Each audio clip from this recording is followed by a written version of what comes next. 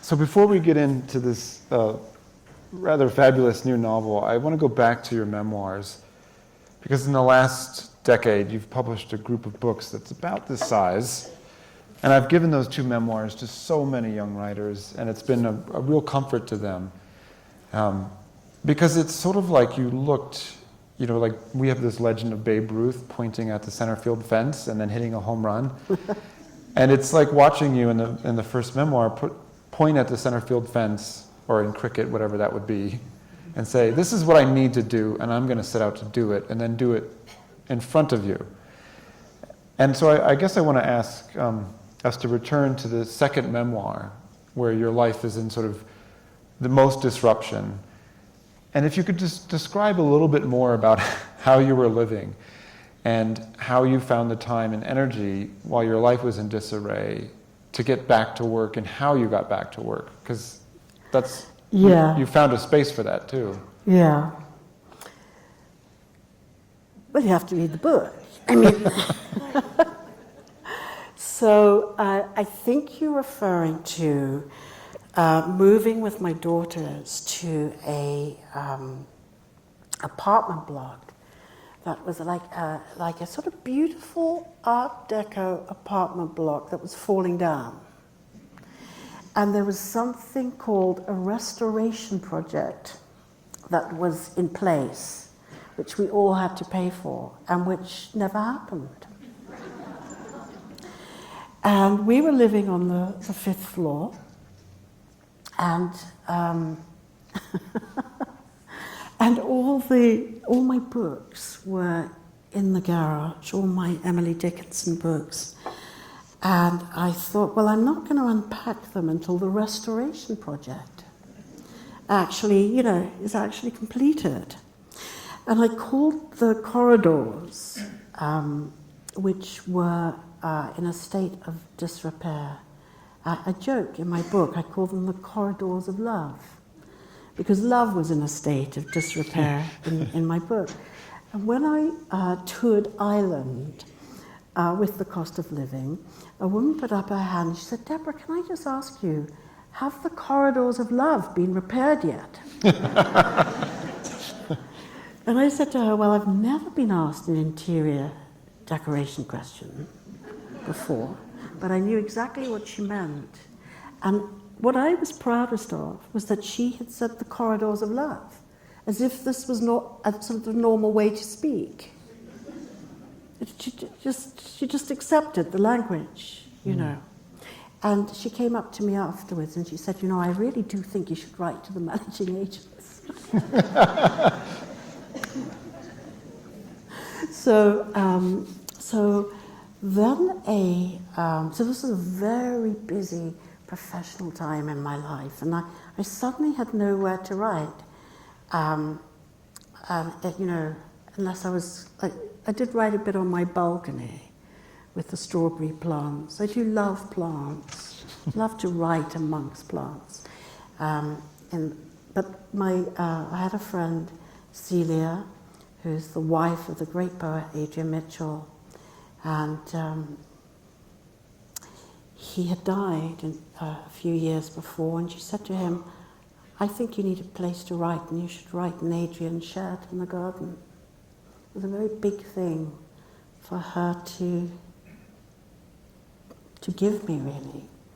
And she likes to strike a bargain. We agreed a rent. And I began to write in that shed, in that dark, dusty, beautiful shed, under an apple tree, all the London squirrels scampering up, pretending not to see me. And I pretended not to see them. If you live with squirrels, I don't know if you do here. They're very strange to write. These creatures coming up and down the tree. And I wrote 3 books. 3 books in that shed. And did the books differ in what they were? You said in one of the memoirs, all writing is about looking and listening and paying attention. And the books that were written in that period, this last 10 years, they feel markedly different from the first 6 books. And I'm wondering if you can characterize the difference of your attention and what it was focused on in those 3 novels and these 2 memoirs? I don't think I paid any less attention in the earlier books. They're just younger. They were just written when I was younger. My first novel, that the line is, first line is, my mother was the ice skating champion of Moscow. She loved that line. I guess from Swimming Home onwards, I wanted to embed the unconscious, not in streams of consciousness, but in narrative, because, old-fashioned modernism has told us to do the unconscious in streams. I'm reading William James at the moment. He's fantastic on streams of consciousness. He was Gertrude Stein's tutor at Radcliffe College when she had enrolled to study psychology, apparently because she'd seen a man hitting a woman with an umbrella and wanted to investigate a clinical reason for his behavior. Where were we? Streams of consciousness, yeah. Streams of consciousness, there you go. Comes with you on stage, Yes, and so that became a project, and I think the most important thing about fiction for myself is that it is free. Now that sounds a really odd thing to say, I know, because all writing is an artifice, is something of a performance. But freedom of thought, to actually sort of claim that space and say, I'm going to let this work be as free as it possibly can be, is what happened from Swimming Home onwards. And my questions change, because for Swimming Home,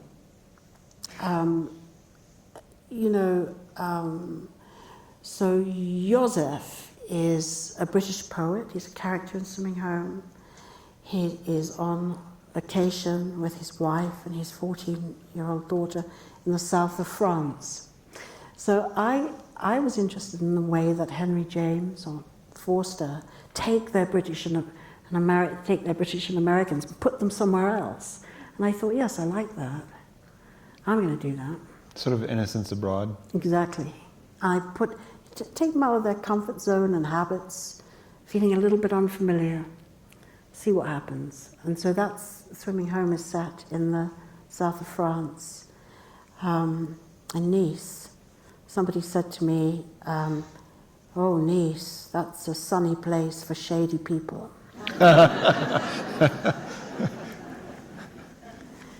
Joseph was born in Poland.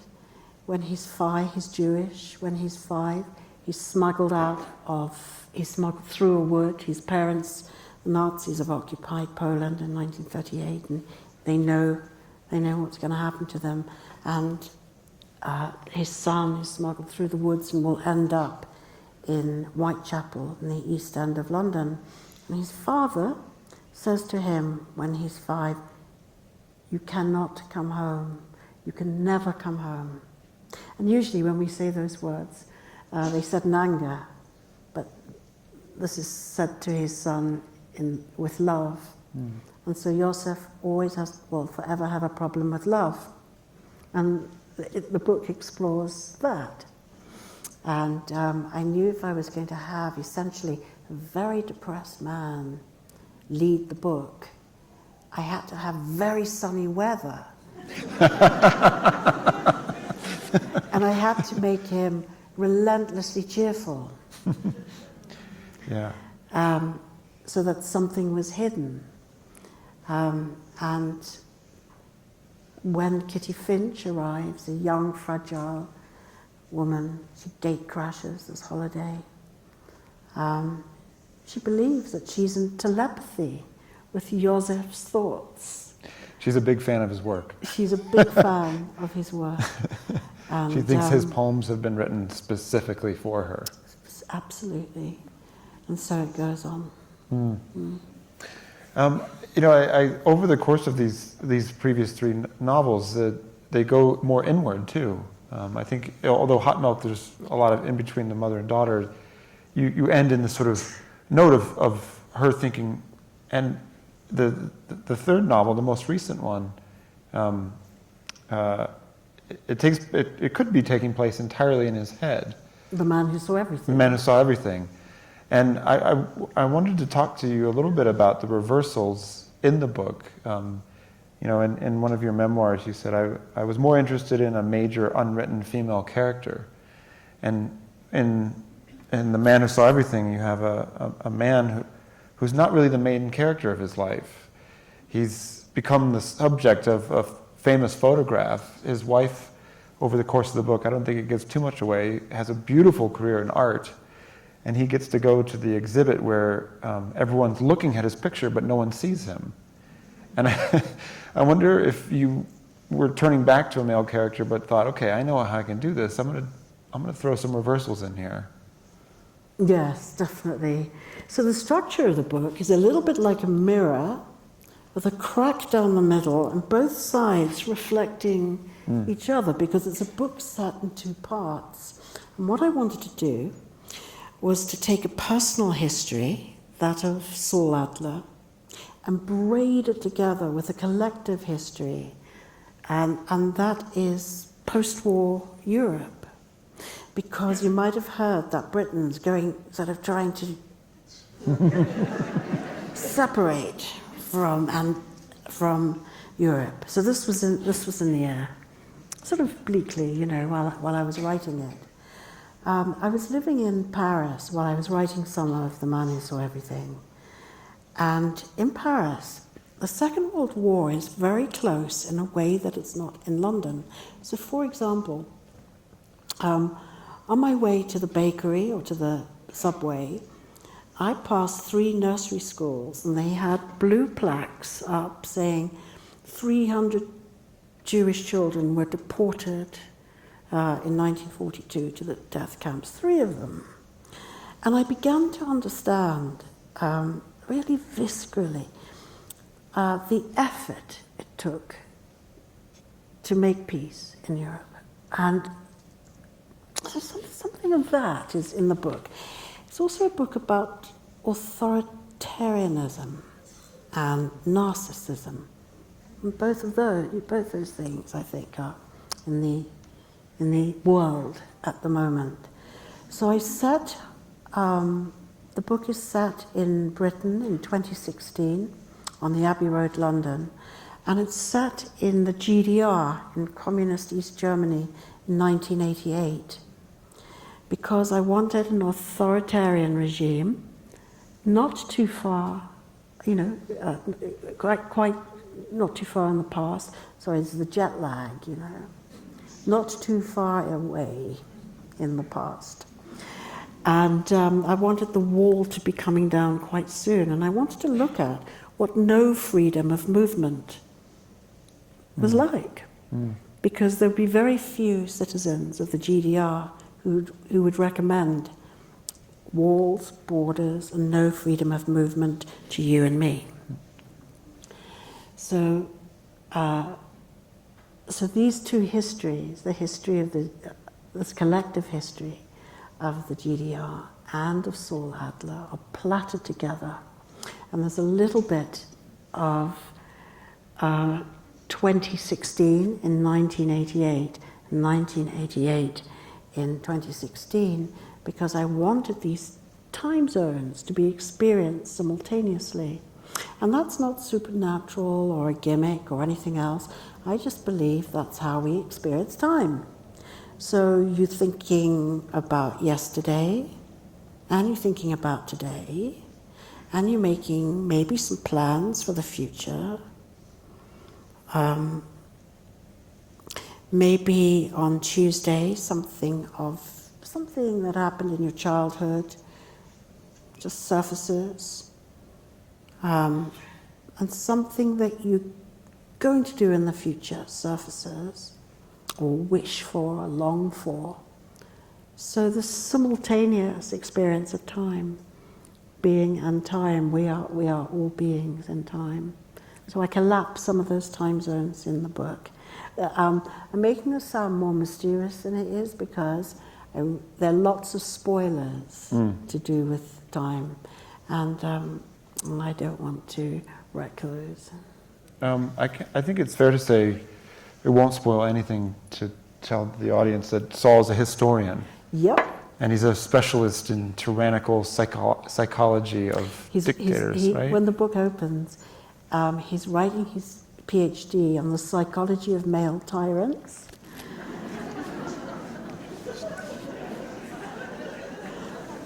And he is looking at the way that Stalin flirted with women. And how he did that was that he took a loaf of bread at the dinner table, and he tore it out and he rolled it into balls and he threw it at them.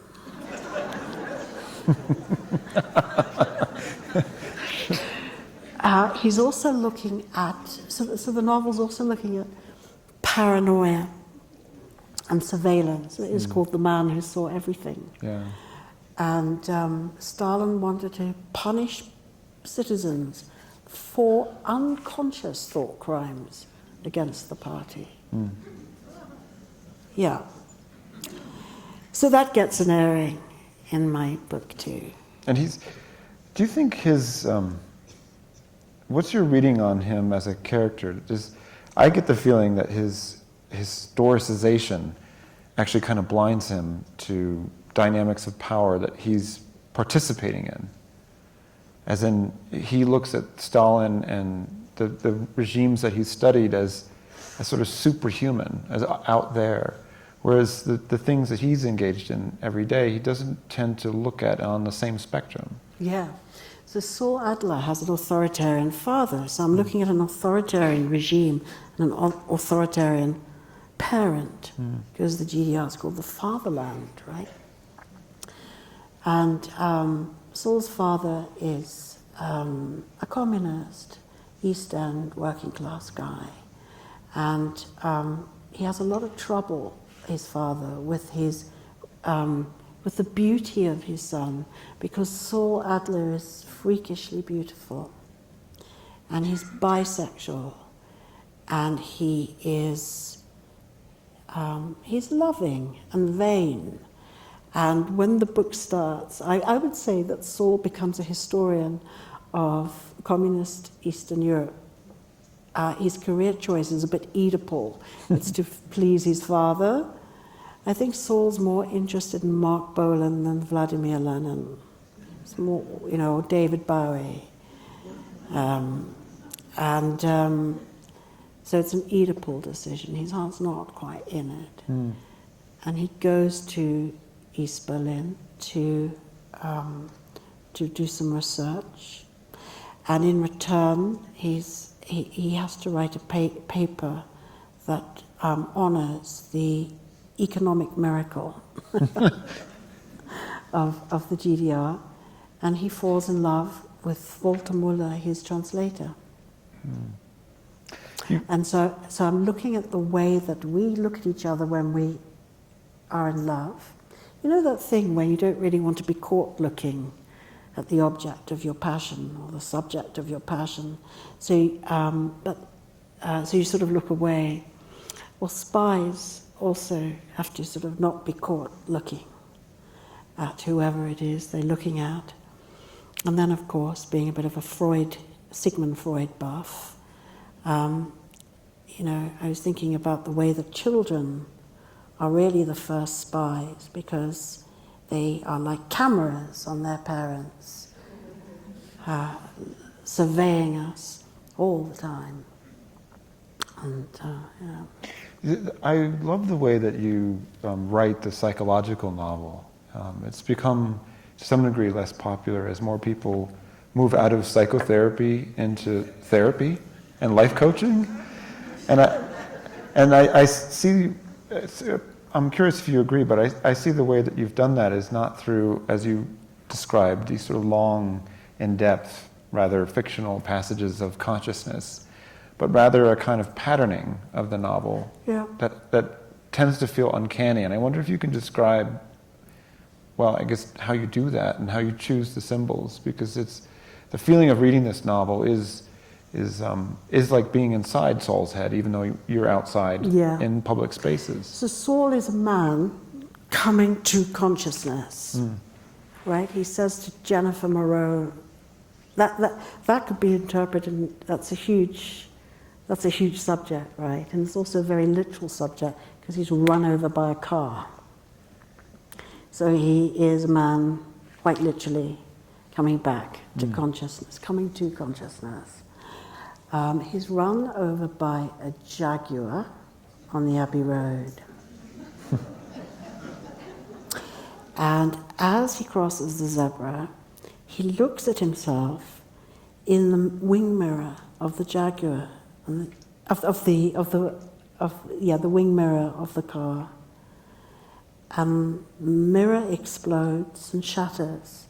And it's as if Saul's reflection sort of falls into him because the mirror pierces his skull. That's why he ends up in hospital. So I look at that the Narcissus myth, and I just flip it a bit so that his reflection literally falls into him. So then we meet Luna Muller in East Germany, and Luna has a fear of jaguars. And why is that? So she's got a phobia, apparently, about these jaguars, these big cats prowling East Berlin. If we run with her language for a bit, the jaguar is inside her head. It's a phobia. But there's also a jaguar inside Saul's head from the Abbey Road, and he's telling the story. So I just work with all of that. And then I'm interested in objects. Like, how could a very humble object, how could I use it like Raymond Chandler uses a gun? So I use a tin of pineapple that way. Because Walter Muller, Saul Adler's translator in East Germany, has asked him to bring just one thing to East Berlin, and that's a tin of pineapple, because there was a shortage of tinned fruit, and in particular pineapple. And Saul, who is a careless man, so I explore carelessness. He's careless about his own life, and he's careless about the lives of others. He forgets the tin of pineapple.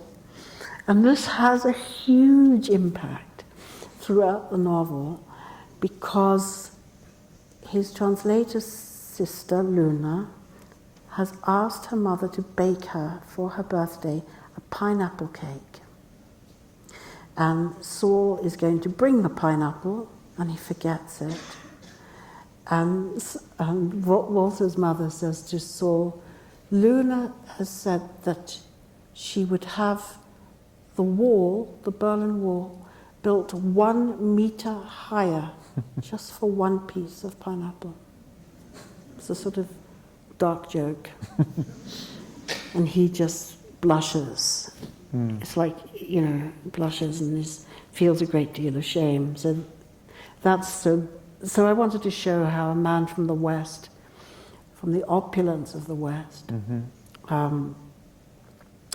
might forget to bring this humble fruit he's also brought his father's ashes. He's brought in a little matchbox. His father has died, and he's brought a spoonful of his father's ashes to bury in East Germany, and that is explored later because it's a little coffin, isn't it? And there's another little coffin. That made up, it was like a pastry, right? There's a pastry in Prague, which is like an eclair, which is literally called a little coffin, with cream in the middle and these two sides here. And then in the story, there's another little coffin. So they're not really symbols. Yeah. I think it's just that things have symbolic meaning when they're not symbols. Yeah.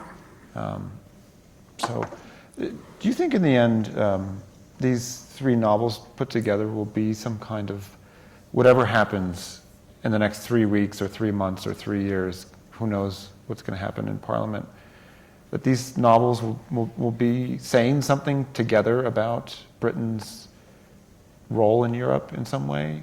I mean, was that at all part of the project of writing them, or were they conceived so separately that that's almost accidental? No, they were conceived very separately. So Hot Milk, I think the financial crisis in Greece was happening, and that interested me a lot because, as you know, we exploring hypochondria and the kind of language that was coming out at the time in that financial crisis in Greece.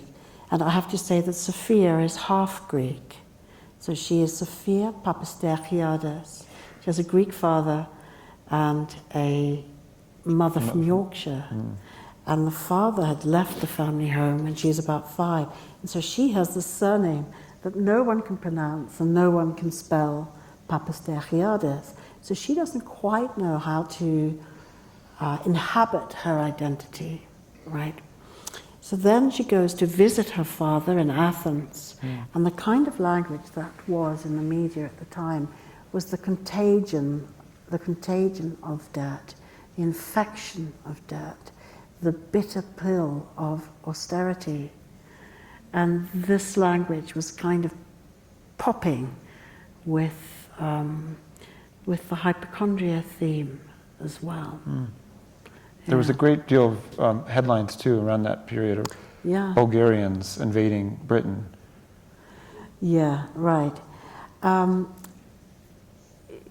Man Who Saw Everything, you know, it's a bit like the writers sort of wearing Velcro and things happening in the world are sticking to it. And what's happening is that it's the first writhing pain of Britain trying to leave the European Union. But I'm not really writing directly about Brexit. I'm writing about the effort it took historically to make peace after the Second World War. There is a reference, there's one reference to Brexit, isn't it? When Saul meets his nephews, and he says, how do you feel about Britain leaving Europe at the most promising time of your life? They're 17, and they ask him where the elevator is. They don't answer. But the bigger heartbreak I feel in the book is it comes from Saul and Jennifer and their 30-year argument that they've had. And I think it's, I wonder if you can talk about writing about history, but replacing history with intimate history. Yeah. Well, we all have an intimate history, and we all live in history. And some of us make history, and some of us suffer from history. So there's the James Baldwin quote, history is stuck in us and we are stuck in history.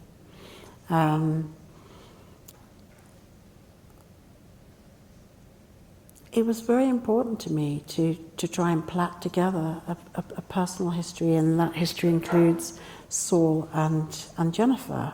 So I'm looking at a man who really finds attachment difficult, and he finds it. He's a loving man, because it wouldn't be interesting, actually, if that was not the case. One of the intriguing things about writing characters is that I've discovered that a loving character is much more subversive than a hater, because there's much more to lose. It's riskier. The hater hasn't really got very much to, there's not much at stake. Mm-hmm. And I want there to be a lot at stake in my novels. So she says to Saul at the end of the book, the only way that you were so detached, the only way I could reach you was with my camera. It's heartbreaking. And he's aware of his limitations. And he's I think this is one of the great novels of a complex character, because he's vain and yet loving. He's has the capacity for curiosity, but he doesn't have the daring to cross certain borders. He's both entitled and somehow on the margins in some strange kind of way that he's made his life.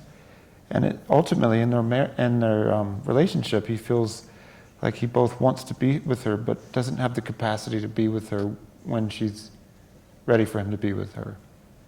And to me, I kept trying hard not to make that a metaphor for for countries in wartime. Absolutely. You know, that basically that we're braided together as nations, whether we like it or not, and often find ourselves with competing interests when, if you could fast forward 30 or 40 years, maybe certain nations would be able to get along. Yep. Anyway, I wonder if, at this point, if anyone in the audience might have a question for Deborah Levy about any of her books, or... It's very hard to make something question-shaped. You know, where you have to sort of go up at the end? I think you could just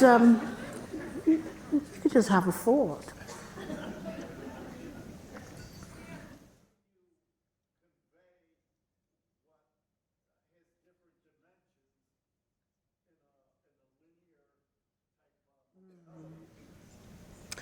Yeah.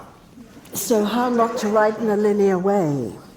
Well, I don't think we really think in a linear way. And, I mean, we might try and force ourselves to think in that way. And we're told that, you know, that if you're writing in a way that respects the health and safety regulations for getting published, that you're going to have no fragmentation of time, that you're going to have certain moral resolutions at the end of your story, and all of that. You know, I don't think there are no writers that I respect who sort of write like that anymore. And the thing about literature is that, or fiction, is that it's a very good home for the reach of the human mind. And the human mind can go anywhere. And that's sometimes a good thing, and sometimes it isn't, you know. What I mean by that is that, you know, you can be obsessed with tormenting thoughts that won't budge. And art's a very good place to put those thoughts. It's a good home for those thoughts. They are of value. And so the reach of the human mind is immensely valuable to all of us. And it doesn't go in a straight line. And there are obviously many techniques and strategies to approach, to kind of gather those dimensions. And I'm not going to really single out any one of them, except to say that that's the project, to give value to the reach of every single mind in this room now. If we told our lives as we really feel them, I don't think any of us would be bored.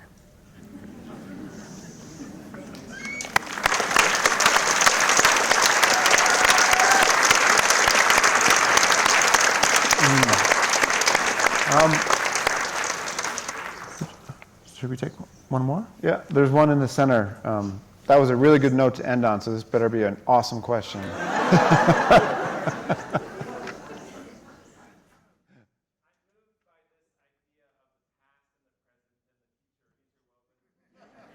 Are there clear divisions between Your life and writing? your work.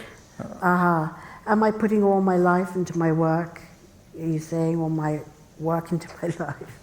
I have I have quite a disciplined writing regime. I up early in the morning, I have a coffee, and I cycle down to my shed, which is dark and dusty and still and silent and serene, and the morning has that kind of softness that sort of elicits sort of, I don't know, quite gentle thoughts.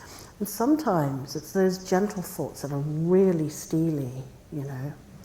There's this idea that you have to have a big, bold concept, and those are good too, believe me. But it's very interesting writing about history, as you've said, because perhaps one of the stories of history is that we mistake fragility, immense personal fragility, for strength, right? And when we write, we need to find out. What strength actually means. So it's not about the posturing and the particular way of delivering. It's not about certainty. You know, the only people who are really 100% certain are psychopaths. So the writing is a place to explore doubt and to explore, to give a different, to make a different sort of world, actually, and to accumulate ideas and to accumulate feeling and to find techniques to give life as we experience it as many dimensions as possible, and to find ourselves, I think, in that history. History is not interesting unless we can find ourselves in it. Some of us have to prevail.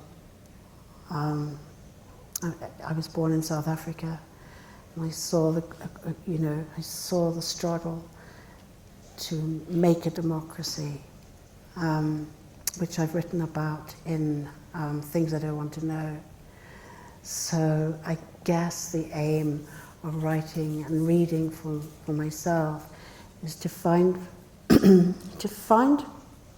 myself in the mood of that work. It's like looking at a Rothko painting. You know, I don't look at it and say, oh, that guy should have done a few life drawing classes. I just accept his language because he's so skilled.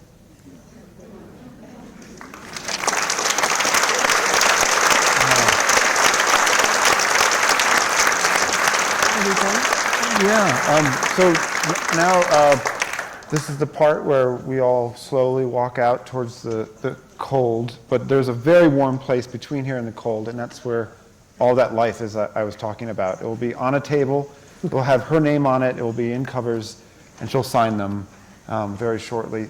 Thank you so much for listening. Thank you, Deborah Levy.